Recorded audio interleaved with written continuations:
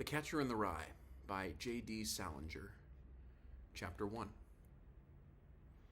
If you really want to hear about it, the first thing you'll probably want to know is where I was born, and what my lousy childhood was like, and how my parents were occupied and all before they had me, and all that David Copperfield kind of crap, but I don't feel like going into it, if you want to know the truth. In the first place, that stuff bores me, and in the second place, my parents would have about 2 hemorrhages apiece if I told anything pretty personal about them. They're quite touchy about anything like that, especially my father.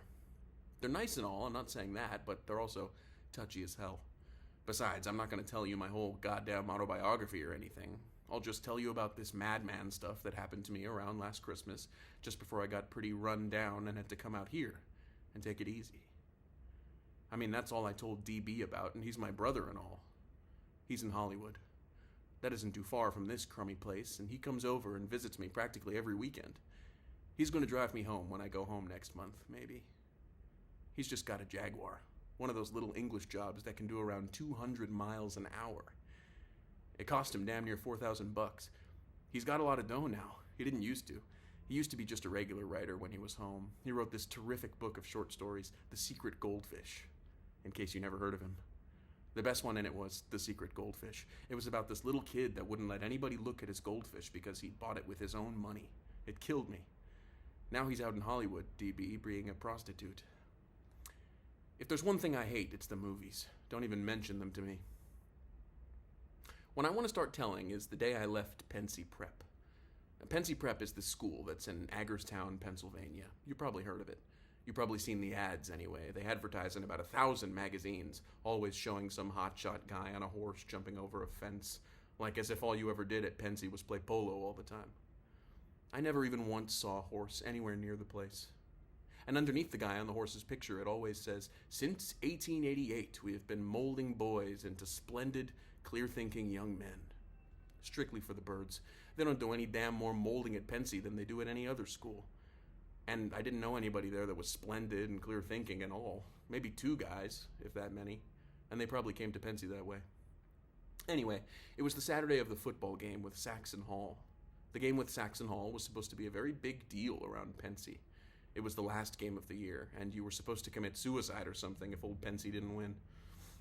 I remember around 3 o'clock that afternoon, I was standing way the hell up on top of Thompson Hill, right next to this crazy cannon that was in the Revolutionary War and all. You could see the whole field from there, and you could see the 2 teams bashing each other all over the place. You couldn't see the grandstand too hot, but you could hear them all yelling deep and terrific on the Pensy side, because practically the whole school except me was there, and Scrawny and Faggy on the Saxon Hill side, because the visiting team hardly ever brought many people with them. There were never many girls at all at the football games. Only seniors were allowed to bring girls with them. It was a terrible school, no matter how you looked at it. I like to be somewhere at least where you can see a few girls around once in a while, even if they're only scratching their arms or blowing their noses or even just giggling or something. Old Selma Thurmer, she was the headmaster's daughter, showed up at the games quite often, but she wasn't exactly the type that drove you mad with desire. She was a pretty nice girl, though. I sat next to her once in the bus from Hagerstown, and we sort of struck up a conversation. I liked her. She had a big nose, and her nails were all bitten down and bleedy looking, and she had on those damn falsies that point all over the place, but you felt sort of sorry for her. What I liked about her, she didn't give you a lot of horse manure about what a great guy her father was. She probably knew what a phony slob he was. The reason I was standing way up on Thompson Hill instead of down at the game was because I just got back from New York with the fencing team. I was the goddamn manager of the fencing team. Very big deal. We'd gone into New York that morning for this fencing meeting with McBurney's school. Only we didn't have the meet. I left all the foils and equipment and stuff on the goddamn subway. It wasn't all my fault. I had to keep getting up to look at this map so we'd know where to get off. So we got back to Pensy around 2:30 instead of around dinner time. The whole team ostracized me the whole way back on the train. It was pretty funny, in a way. The other reason I wasn't down at the game was because I was on my way to say goodbye to old Spencer, my history teacher. He had the grip, and I figured I probably wouldn't see him again till Christmas vacation started. He wrote me this note saying he wanted to see me before I went home. He knew I wasn't coming back to Pensy. I forgot to tell you about that. They kicked me out. I wasn't supposed to come back after Christmas vacation on account of I was flunking 4 subjects and not applying myself and all. They gave me frequent warning to start applying myself, especially around midterms when my parents came up for a conference with old Thermer, but I didn't do it, so I got the axe. They give guys the axe quite frequently at Pensy. It has a very good academic rating, Pensy. It really does. Anyway, it was December and all, and it was cold as a witch's teat, especially on top of that stupid hill. I only had on my reversible and no gloves or anything. The week before that, somebody'd stolen my camel's hair coat right out of my room, with my fur-lined gloves right in the pocket and all. Pensy was full of crooks.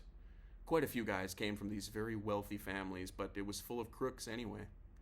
The more expensive a school is, the more crooks it has. I'm not kidding. Anyway, I kept standing next to that crazy cannon, looking down at the game and freezing my ass off.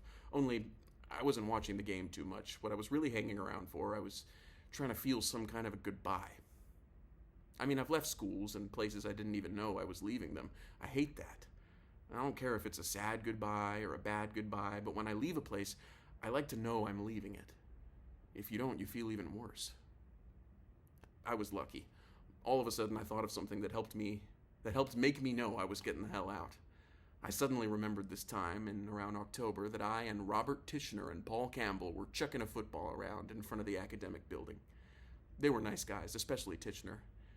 It was just before dinner, and it was getting pretty dark out, but we kept chucking the ball around anyway. It kept getting darker and darker, and we could hardly see the ball anymore, but we didn't want to stop doing what we were doing. Finally, we had to. This teacher that taught biology, Mr. Zambesi, stuck his head out of this window in the academic building and told us to go back to the dorm and get ready for dinner. If I get a chance to remember that kind of stuff, I can get a goodbye when I need one. At least, most of the time I can. As soon as I got it, I turned around and started running down the other side of the hill towards old Spencer's house. He didn't live on the campus. He lived on Anthony Wayne Avenue. I ran all the way to the main gate, and then I waited a second till I got my breath. I have no wind, if you want to know the truth. I'm quite a heavy smoker, for one thing. That is, I used to be. They made me cut it out. Another thing, I grew 6.5 inches last year. That's also how I practically got TB and came out here for all these goddamn checkups and stuff. I'm pretty healthy, though. Anyway, as soon as I got my breath back, I ran across Route 204. It was icy as hell, and I damn near fell down. I don't even know what I was running for. I guess I just felt like it. After I got across the road, I felt like I was sort of disappearing. It was that kind of a crazy afternoon, terrifically cold, and no sun out or anything, and you felt like you were disappearing every time you crossed a road. Boy, I rang that doorbell fast when I got to old Spencer's house. I was really frozen. My ears were hurting, and I could hardly move my fingers at all. Come on, I said, right out loud, almost. Somebody open the door. Finally, old Mrs. Spencer opened it. They didn't have a maid or anything, and they always opened the door themselves. They didn't have too much dough. Holden, Mrs. Spencer said. How lovely to see you. Come in, dear. Are you frozen to death? I think she was glad to see me. She liked me. At least, I think she did. Boy, did I get in that house fast. How are you, Mrs. Spencer? I said. How's Mr. Spencer? Let me take your coat, dear, she said.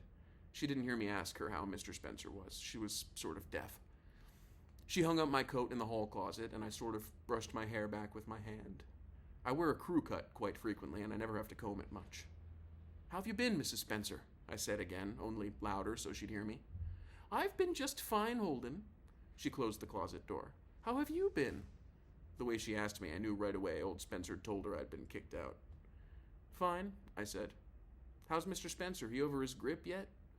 Over it? Holden, he's behaving like a perfect... I don't know what. He's in his room, dear. Go right in.